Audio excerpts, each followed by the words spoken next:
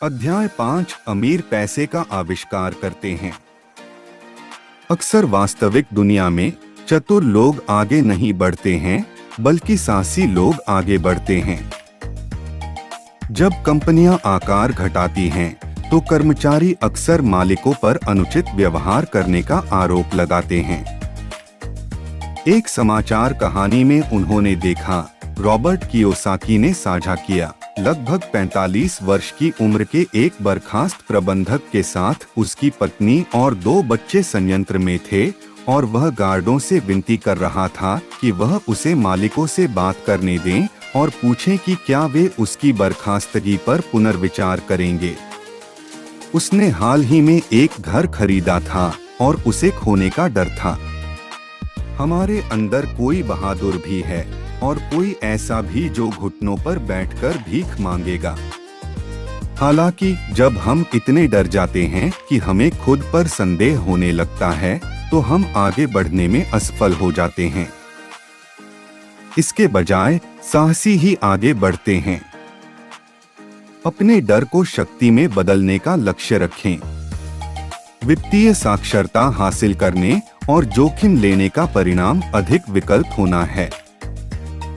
भविष्य में हम सफल कंपनियों के निर्माण में वृद्धि देखेंगे, लेकिन विफल होने वाली कंपनियों में भी वृद्धि देखेंगे। कर्मचारियों की संख्या में कटौती और छंटनी।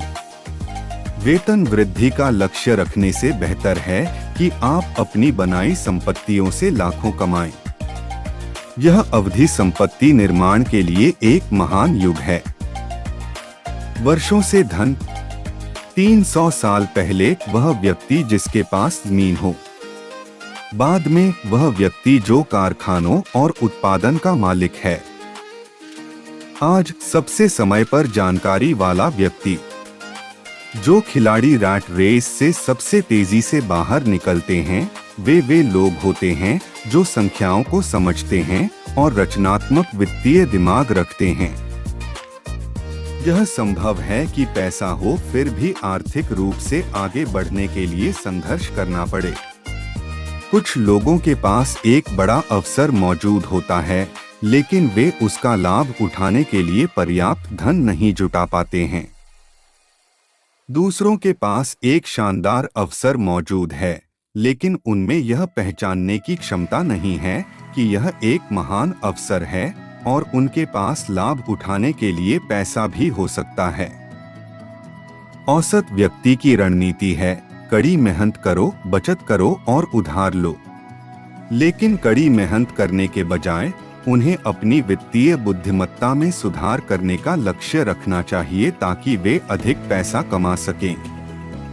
जो लोग सबसे तेजी से अमीर बनते हैं, वे लोग होते हैं जिन्हें यह एहसास होता है कि पैसा वास्तविक नहीं है।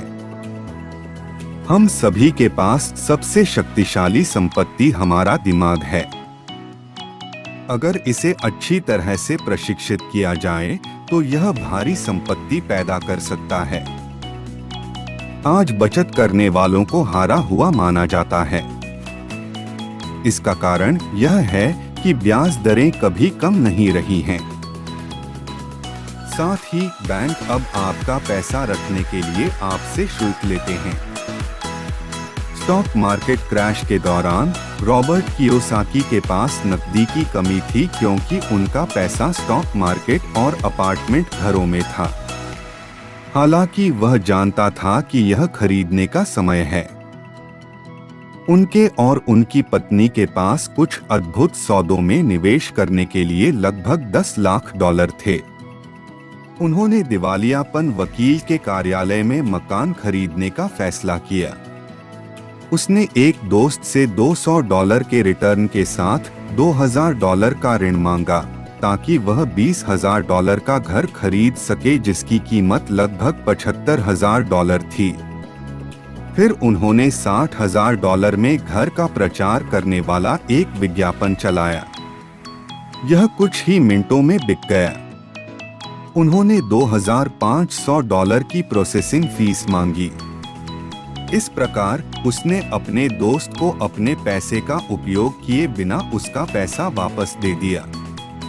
इस प्रकार एक वचन पत्र से उसे $40,000 का लाभ हुआ। इस पूरी प्रक्रिया में उन्हें 5 घंटे लग गए। जिस समय रिच डैड पुअर डैड प्रकाशित हुआ था, 30 वर्षों में 3 शेयर बाजार क्रैश हो चुके थे।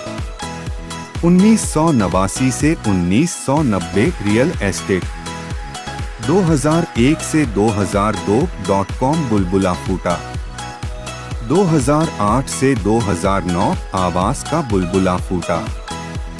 ये सभी स्टॉक मार्केट क्रैश निवेश के अवसर थे। कौन सा अधिक कठिन लगता है?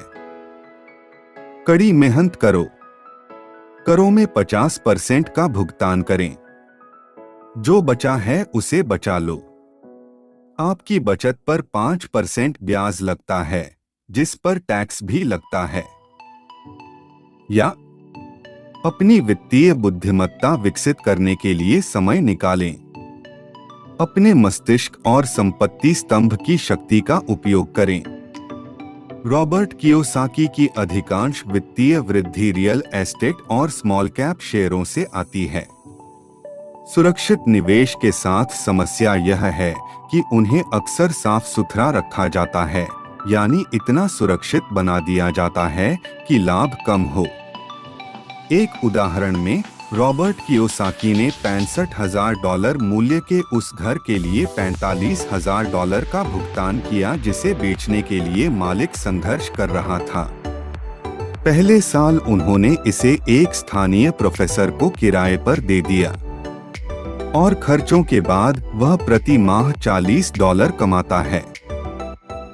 हालांकि एक साल बाद जब बाजार में तेजी आई तो उन्होंने इसे $95,000 में बेच दिया।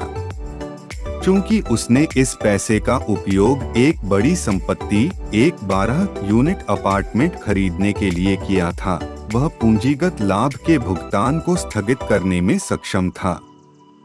उन्होंने अपार्टमेंट पर $3 लाख खर्च किए और केवल 2 साल बाद ही इसे $4,95,000 में बेच दिया और $5,000 प्रति माह के नकदी प्रवाह के साथ 30 यूनिट अपार्टमेंट बिल्डिंग खरीदी। कुछ साल बाद उन्होंने इसे $1.2 मिलियन में बेच दिया। सबसे अच्छे सौदे आमतौर पर नए लोगों को पेश नहीं किए जाते हैं। वे अक्सर अमीरों के लिए आरक्षित होते हैं। लेकिन आप खेल में जितना अधिक परिष्कृत होंगे, आपको उतने ही अधिक अवसर मिलेंगे। रॉबर्ट कियोसाकी के अधिकांश लाखों लोगों ने कम से कम $5,000 या $10,000 के निवेश से शुरुआत की। अतीत में रॉबर्ट ने किसी कंपनी के सार्वजनिक होने से पहले 25 सेंट प्रति शेयर की दर से 1 लाख शेयर खरीदे थे। फिर कंपनी सार्वजनिक हो जाती है और चाहे वह प्रत्येक $2 हो या $20 हो, आप कभी कभी 1 वर्ष से भी कम समय में $10 लाख कमा सकते हैं। यदि आप जानते हैं कि आप क्या कर रहे हैं, तो यह जुआ नहीं है। यदि आप किसी सौदे में सिर्फ पैसा फेंक रहे हैं और प्रार्थना कर रहे हैं, तो यह जुआ है। रॉबर्ट कियोसाकी कहते हैं, ज्यादातर लोग कभी नहीं जीतते क्योंकि वे हारने से अधिक डरते हैं। इसीलिए मुझे स्कूल इतना मूर्खतापूर्ण लगता था। स्कूल में हम सीखते हैं कि गलतियां बुरी होती हैं और उनके करने पर हमें सजा मिलती है। फिर भी यदि आप देखें कि मनुष्य को सीखने के लिए कैसे बनाया गया है, तो हम गलतियां करके सीखते हैं। हम गिरकर चलना सीखते हैं। अगर हम कभी गिरे नहीं, तो हम कभी चलेंगे भी नहीं। लोगों के खोने के डर के कारण वे अमीर नहीं बन पाते। जो लोग असफलता से बचते हैं, वे सफलता से भी बचते हैं। एक निवेशक के 3 कौशल। ऐसा अवसर खोजें जिसे बाकी सभी ने गवा दिया। अपनी आंखों के बजाय अपने दिमाग से देखें। धन जुटाएं, जाने कि बैंक के बाहर पूंजी कैसे जुटाई जाए। स्मार्ट लोगों को संगठित करें, अपने से अधिक बुद्धिमान लोगों को काम पर रखें।